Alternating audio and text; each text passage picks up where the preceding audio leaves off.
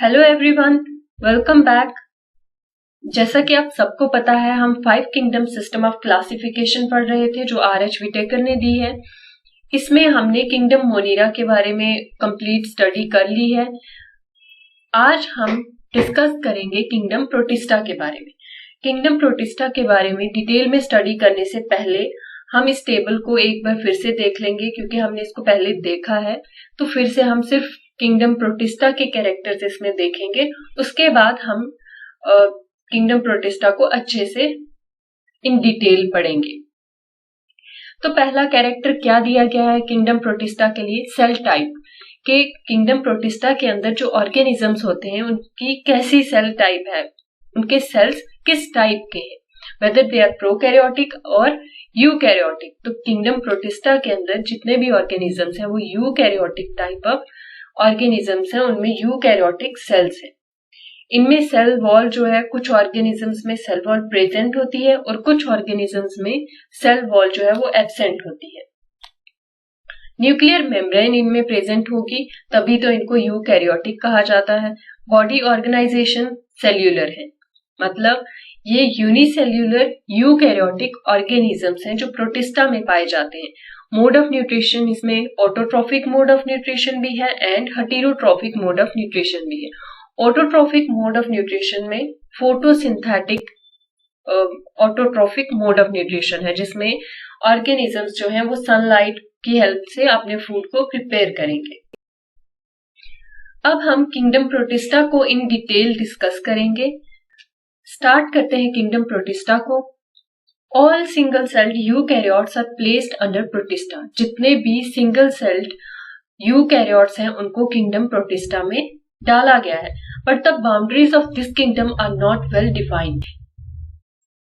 वो इसलिए क्योंकि इसमें किंगडम प्रोटिस्टा के अंदर जो ऑर्गेनिजम्स हैं वो एक लिंक शो करते हैं बाकी सारी किंगडम्स के साथ, लाइक प्लांट्स किंगडम प्लांटी के साथ, किंगडम एनिमलिया के साथ एंड किंगडम फंजाई के साथ। अच्छा, जो ये टर्म है प्रोटिस्टा, ये किसने दी थी? ये हम ऑलरेडी पढ़ चुके हैं कि जो टर्म प्रोटिस्टा है ये अर्नेस्ट हैकेल ने दी थी हमें। ऐसा माना जाता है कि प्रोटिस्टेंट्स जो है they are ancestors of all the multicellular eukaryotes, कि जितने भी मल्टीसेल्यूलर यूकैरियोट्स हैं उनके इंसेस्टर्स कौन थे? यही प्रोटिस्टेंट्स। जितने भी मल्टीसेल्यूलर यूकैरियोट्स हैं वो इनसे इवॉल्व हुए हैं।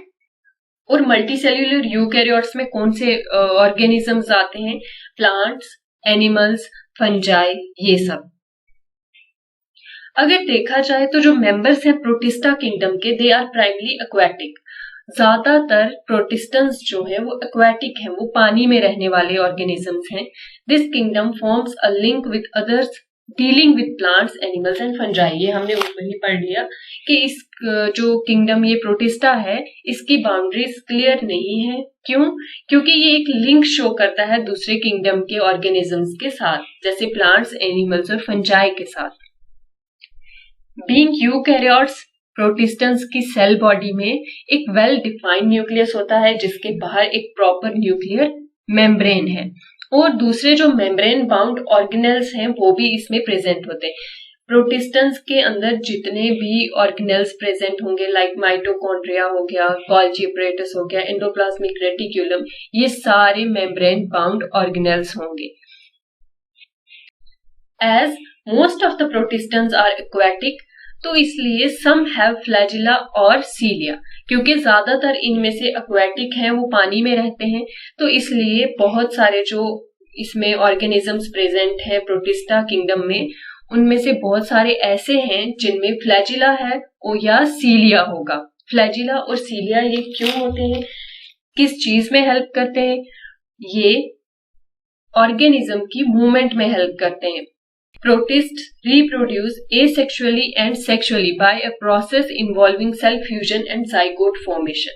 Protists जो है ये asexually भी reproduce करते हैं और sexually भी reproduce करते हैं। asexually ये cell fusion करके reproduce करते हैं, और sexually अगर देखा जाए तो ये zygote formation के थ्रू reproduce करते हैं, इनमें zygote बनता है। बहुत सारे प्रोटिस्ट्स जो हैं वो डीकम्पोजर्स हैं, बहुत सारे उनमें से फोटोसिंथेटिक हैं जो अपने फूड को खुद प्रिपेयर करते हैं, और बहुत सारे जो है वो पैरासिटिक भी हैं जो दूसरे ऑर्गेनिजम्स, दूसरे जो लिविंग ऑर्गेनिजम्स हैं उन पे रहते हैं और अपने फूड को लेते हैं उनसे। प्रोटिस्ट्स के अंदर बहुत सारे ऑर्गेनिजम्स आते हैं, उनमें से हम कुछ जो ऑर्गेनिजम्स हैं उनको स्टडी करेंगे वन बाय वन। तो पहला ऑर्गेनिज्म क्या है? क्राइसोफाइट्स। क्राइसोफाइट्स जो है ये एक ग्रुप है ऑर्गेनिजम्स का। इसमें कौन कौन से ऑर्गेनिजम्स प्रेजेंट हैं? डायएटम्स एंड गोल्डन अल्गी, जिनको डेस्मिड्स भी कहा जाता है। They are found in fresh water as well as in marine environments.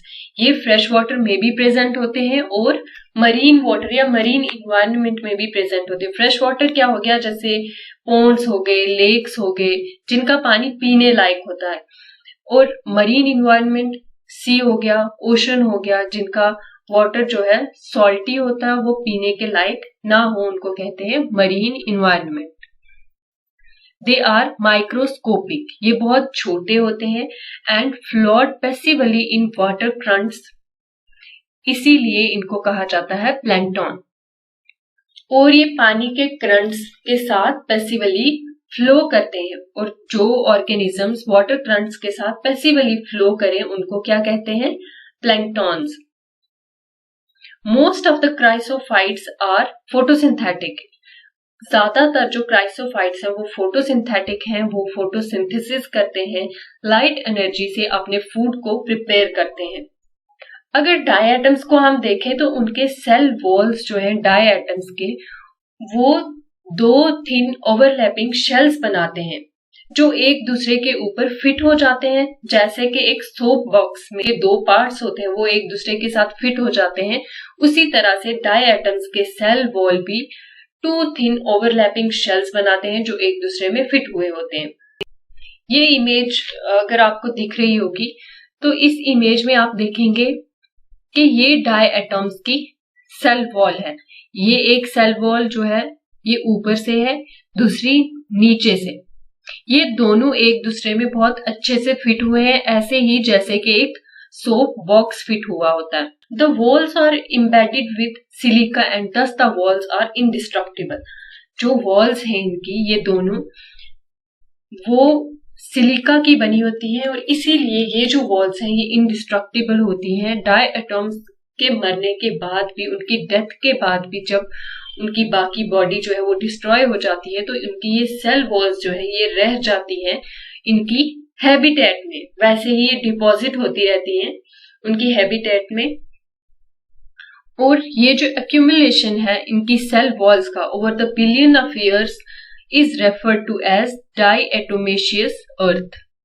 Billion of years के बाद अगर इनको देखा जाए तो इसको क्या कहेंगे? डायएटोमेशियस अर्थ, क्योंकि ये सिलिका की बनी है, बहुत हार्ड होती है, इनका डिस्ट्रक्शन नहीं किया जा सकता। इसीलिए अगर हम बिलियन ऑफ ईयर्स के बाद भी देखेंगे तो ये अपनी हैबिटेट में वैसे ही एक्यूमुलेट हुई होंगी, इसलिए इनको कहा जाता है डायएटोमेशियस अर्थ। Being gritty, this soil is used in polishing, filtration of oils and syrups. ये एक ग्रिटी का मतलब हो गया ग्रेन्युलर। इसकी ग्रेन्युलर फॉर्म की वजह से इसको यूज किया जाता है, इस सॉइल को यूज किया जाता है पॉलिशिंग में, फिल्ट्रेशन ऑफ ऑयल्स में और सिरप्स में। Diatoms are the chief producers in the oceans. Diatoms जो हैं ये चीफ प्रोड्यूसर्स हैं ओशंस में। नेक्स्ट अगर हम देखें तो नेक्स्ट जो ऑर्गेनिजम्स हैं वो ऑर्गेनिजम्स का कौन सा ग्रुप है? डायनोफ्लैजिलेट्स। क्या कहा जाता है इन ऑर्गेनिजम्स को? डायनोफ्लैजिलेट्स। डायनोफ्लैजिलेट्स इसलिए कहा जाता है बिकॉज इनमें दो फ्लैजिला प्रेजेंट होते हैं। डाई टू के लिए यूज किया जाता है और इनमें दो फ्लैजिला प्रेजेंट है, इसीलिए इनका नाम है dinoflagellates. These organisms are mostly marine and photosynthetic. ये जो ऑर्गेनिजम्स हैं ये ज्यादातर मरीन होते हैं और फोटोसिंथेसिस के थ्रू अपने फूड को खुद प्रिपेयर करते हैं। अच्छा, इनके ये जो ऑर्गेनिजम्स हैं इनका कलर ये डिफरेंट कलर्स के होते हैं, green, yellow, brown, blue, red, depend करता है कि उनके सेल्स में कौन सा मेन पिगमेंट जो है वो प्रेजेंट है। Cell wall has stiff cellulose plates on the outer surface. जो डाइनोफ्लैजिलेट्स की सेल वॉल है वो स्टिफ सेल्यूलोज प्लेट्स की बनी होती है। ज्यादातर अभी हमने पढ़ा जैसे कि ज्यादातर जो इनमें से हैं उनके 2 फ्लैजिला होते हैं। One lies longitudinally and the other transversely in A furrow between the wall plates. एक जो फ्लैजिला है वो लॉन्गिट्यूडनली लाई करता है और दूसरा ट्रांसवर्सली, ये यहाँ पे जो फरो है ये वाला दूसरा इसमें होता है। इस फिगर में क्लियरली दिख नहीं रहा है, मैं आपको दूसरी डायग्राम दिखाऊंगी, उसमें क्लियरली विजिबल है ये दोनों फ्लैजिला। पहले हम इसको पढ़ लेते हैं, फिर हम बाद में फिगर देखेंगे। Very often red dinoflagellates undergo such rapid multiplication that they make the sea appear red। बहुत बार ऐसा होता है कि जो रेड डाइनोफ्लैजिलेट्स हैं जैसे गोन्योलेक्स, वो उनकी इतनी ज्यादा मल्टीप्लिकेशन हो जाती है कि वो सी के ऊपर क्लियरली विजिबल होते हैं और सी जो है वो रेड कलर का अपीयर होता है। उनको क्या कहा जाता है? Red tides. दिखने में तो वो बहुत अच्छे लगते हैं, लेकिन वो टॉक्सिन्स भी रिलीज करते हैं। जो टॉक्सिन्स ये डाइनोफ्लैजिलेट्स रिलीज करते हैं वो बाकी मरीन एनिमल्स को और या मरीन प्लांट्स को मार देता है। इसकी डाइनोफ्लैजिलेट की हम एक फिगर अब देख लेते हैं। ये है डाइनोफ्लैजिलेट गोन्योलेक्स की फिगर। ये जो है ये पार्ट्स में ये इसकी ये सेल्यूलोज प्लेट्स हैं। ओके, ये एक फ्लैजिला ये है, ये जो लॉन्गिट्यूडनल फ्लैजिला है, और दूसरा ट्रांसवर्स फ्लैजिला ये वाला है जो इस फरो में है। ओके, अब हम वापस चलते हैं बुक पे। डाइनोफ्लैजिलेट्स के बारे में हमने पढ़ लिया। अब हम नेक्स्ट जो ग्रुप ऑफ ऑर्गेनिजम्स हैं उनको देखेंगे। नेक्स्ट ग्रुप क्या है? Euglenoids. Majority of them are freshwater organisms found in stagnant water। Euglenoids में से ज्यादातर जो हैं ऑर्गेनिजम्स वो फ्रेश वाटर में रहते हैं और स्टैग्नेंट वाटर में, ऐसा वाटर जो रुका हुआ हो, जो बहता ना हो। Instead of a cell wall, they have a protein-rich layer called pellicle। Cell wall की जगह इनमें एक प्रोटीन की लेयर होती है जिसको क्या कहा जाता है? पेलिकल। इनमें सेल वॉल, यूग्लिनॉइड्स में सेल वॉल एब्सेंट होती है, उसकी जगह एक प्रोटीन रिच लेयर होगी जिसको पेलिकल कहा जाता है, और जिसकी वजह से इनकी बॉडी बहुत ज्यादा फ्लेक्सिबल होती है। इनमें 2 फ्लैजिला होंगे, एक शॉर्ट होगा और एक लॉन्ग होगा। जैसा कि फिगर में आपको दिख रहा होगा, ये जो ऊपर वाला फ्लैजिला है ये लॉन्ग फ्लैजिला है और जो ये नीचे है ये शॉर्ट है। Though they are photosynthetic in the presence of sunlight, when deprived of sunlight, they behave like heterotrophs by predating on the smaller organisms। वैसे तो ये फोटोसिंथेटिक, अगर सनलाइट प्रेजेंट है तो ये फोटोसिंथेसिस करेंगे और फोटोसिंथेसिस के थ्रू अपनी फूड को प्रिपेयर करेंगे। लेकिन अगर सनलाइट प्रेजेंट नहीं होगी तो उस टाइम ये हेटेरोट्रॉफ्स की तरह बिहेव करते हैं और दूसरे ऑर्गेनिजम्स पे डिपेंड करेंगे अपने फूड के लिए। ये प्रीडेट करते हैं दूसरे ऑर्गेनिजम्स पे, मतलब शिकार करते हैं दूसरे छोटे ऑर्गेनिजम्स का और उनसे अपनी फूड लेते हैं। अगर देखा जाए तो जो पिगमेंट्स हैं यूग्लिनॉइड्स में वो बिल्कुल आइडेंटिकल होते हैं हाई प्लांट्स के पिगमेंट्स की तरह। इनमें भी वैसे ही पिगमेंट्स हैं, जैसे हाई प्लांट्स में पिगमेंट्स प्रेजेंट हैं वैसे ही पिगमेंट्स यूग्लिनॉइड्स में भी प्रेजेंट होते हैं, क्योंकि ये भी फोटोसिंथेसिस करते हैं। फोटोसिंथेटिक पिगमेंट्स जो यूग्लिनॉइड्स में प्रेजेंट हैं वो कौन कौन से हैं? Chlorophyll A, chlorophyll B, xanthophyll and beta carotene. ये 4 जो पिगमेंट्स हैं ये यूग्लिनॉइड्स में प्रेजेंट होते हैं और चारों के चारों क्या है? फोटोसिंथेटिक पिगमेंट्स हैं। अच्छा, अगर कोई पूछ ले कि यूग्लिनॉइड्स जो है उनमें रिप्रोडक्शन कैसे होती है, तो इनमें रिप्रोडक्शन जो है वो लॉन्गिट्यूडनल बाइनरी फिशन के थ्रू होती है। मतलब इनमें भी बाइनरी फिशन होती है। पेरेंट जो बॉडी है वो दो डॉटर सेल्स में या दो डॉटर बॉडीज में डिवाइड हो जाती है। एग्जाम्पल यूग्लिनॉइड्स की अगर देखें तो यूग्लिना एग्जाम्पल है इनकी। यूग्लिना जो है ये यूग्लिनॉइड्स की एग्जाम्पल है। नेक्स्ट है स्लाइम मोल्ड्स। स्लाइम मोल्ड्स को अगर हम देखें तो ये सेप्रोफाइटिक प्रोटिस्ट्स हैं। सेप्रोफाइटिक मतलब ये डेड एंड डिकेइंग जो मैटर होगा उसके ऊपर फीड करते हैं। ये क्रीप करते हैं डिकेइंग ट्विग्स और लीव्स के ऊपर और इनगल्फ करते हैं ऑर्गेनिक मटेरियल को।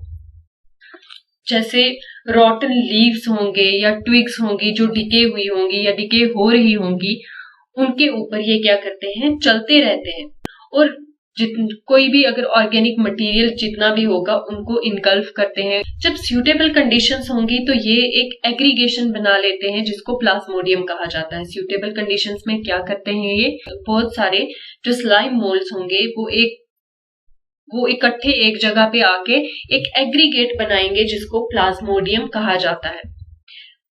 विच में grow and spread over several feet, जो फिर ग्रो करता जाएगा और बहुत मतलब सेवरल फीट तक फैल जाएगा।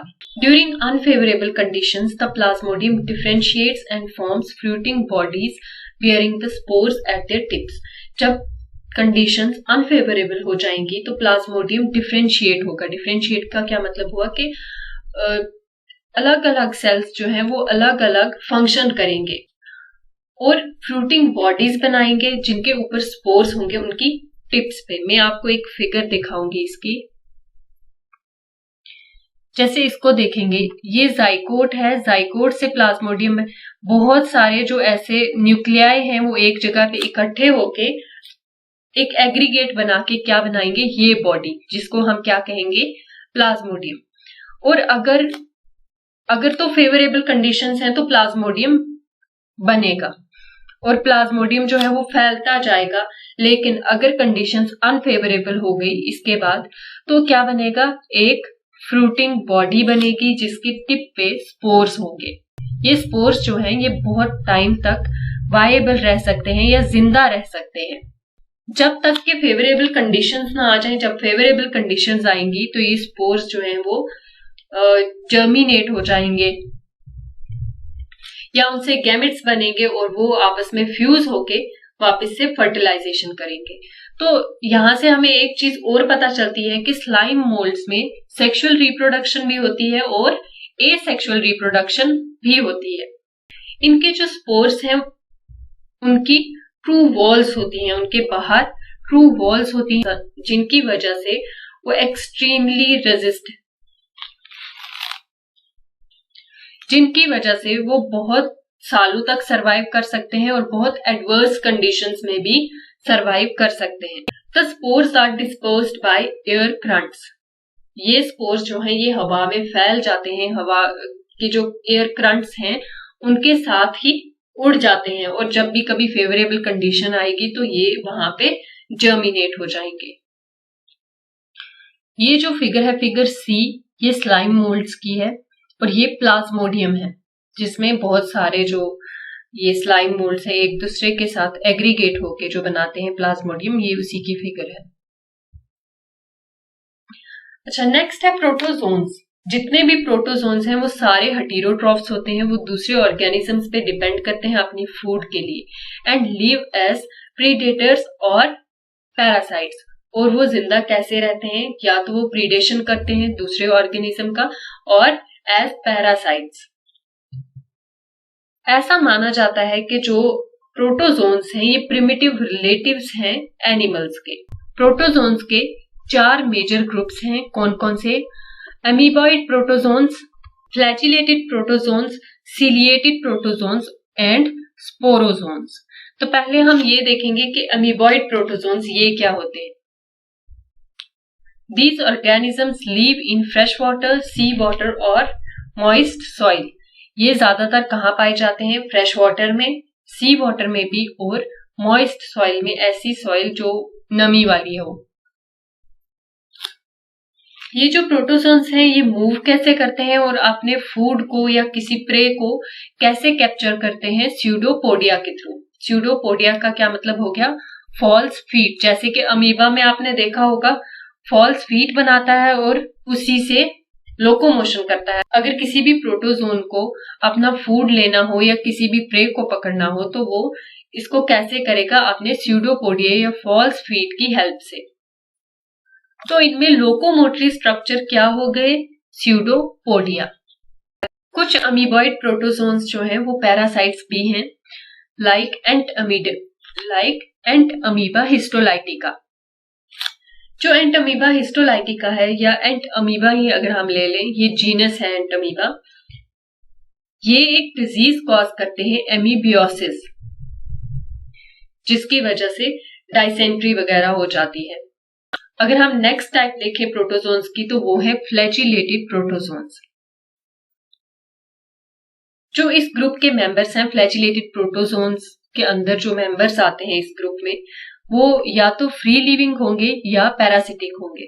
फ्री लिविंग का क्या मतलब हो गया कि वो किसी दूसरे ऑर्गेनिज्म की हेल्प के बिना ही जिंदा रह सकते हैं, और कुछ जो हैं वो पैरासिटिक हैं, वो दूसरे ऑर्गेनिजम्स पे डिपेंड करते हैं अपने लिविंग के लिए।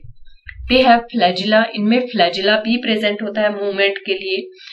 पैरासिटिक जो फॉर्म्स हैं इनकी फ्लैजिलेटेड प्रोटोजोन्स की, वो डिजीजेस कॉज करती हैं, जैसे स्लीपिंग सिकनेस हो गई। एग्जाम्पल क्या है फ्लैजिलेटेड प्रोटोजोआ की, ट्राइपैनोसोमा। नेक्स्ट जो टाइप है वो है सीलिएटेड प्रोटोजोन्स। फ्लैजिला और सीलिया में क्या डिफरेंस है, फ्लैजिला जो है ये लॉन्ग थ्रेड लाइक स्ट्रक्चर होता है, ये एक या एक से ज्यादा भी हो सकते हैं लेकिन ये लंबे होते हैं। सीलिया जो है वो बॉडी के बहुत नजदीक होते हैं और बहुत छोटे थ्रेड लाइक स्ट्रक्चर्स होंगे, दोनों ही मूवमेंट करने में हेल्प करते हैं। सीलिएटेड प्रोटोजोन्स जो हैं वो एक्वाटिक होते हैं, पानी में रहते हैं, actively moving organisms because of the presence of thousands of सीलिया। ये बहुत एक्टिवली मूविंग ऑर्गेनिजम्स होते हैं, बहुत जल्दी मूव करते हैं, फास्टली मूव करते हैं। क्यों? क्योंकि इनकी बॉडी पे थाउजेंड्स ऑफ सीलिया प्रेजेंट होते हैं जो इनको फास्ट मूवमेंट में हेल्प करते हैं। दे हैव अ कैविटी और गुलेट, जिसको गुलेट कहा जाता है, that opens to the outside of the cell surface. इनके पास एक कैविटी होती है जिसको गुलेट कहा जाता है, वो सेल सरफेस की बाहर वाली साइड जो है वो खुलती है और उससे ये क्या करते हैं, अपने फूड को अपनी बॉडी में ले लेते हैं। अगर इन ऑर्गेनिजम्स जो सीलिएटेड प्रोटोजोन्स के सराउंडिंग में फूड प्रेजेंट है तो ये ऑर्गेनिजम्स क्या करेंगे, अपने इस कैविटी जो गुलेट है इसको खोलेंगे और सीलिया की हेल्प के साथ उस फूड को अपने उस गुलेट में डालेंगे। इस तरह से ये अपने फूड को कंज्यूम करते हैं। एग्जाम्पल क्या है सीलिएटेड प्रोटोजोन्स की, पैरामीशियम। पैरामीशियम की फिगर भी दी है बुक में, वो भी हम देखते हैं। ये जो फिगर है ये पैरामीशियम की फिगर है। इसकी बॉडी के बाहर आपको ये सीलिया दिख रहे होंगे, ये थाउजेंड्स ऑफ सीलिया जो है इसकी बॉडी के बाहर प्रेजेंट होते हैं। ये जो कैविटी है इसको कहा जाता है गुलेट। इसको ये बाहर की तरफ जो खोलते हैं और अपने फूड को, अगर सराउंडिंग में फूड प्रेजेंट है तो इन सीलिया की हेल्प के साथ उस फूड को अंदर ले लेते हैं। ओके, नेक्स्ट जो ग्रुप है वो है sporozoans. This includes diverse organisms that have an infectious spore like stage in their life cycle. इसमें बहुत ज्यादा डाइवर्स ऑर्गेनिजम्स हैं और जितने भी ऑर्गेनिजम्स हैं वो सारे के सारे ऑलमोस्ट उनमें एक इन्फेक्शियस स्पोर लाइक स्टेज आता है जिसमें वो इन्फेक्शन कॉज करते हैं किसी भी दूसरे ऑर्गेनिज्म को।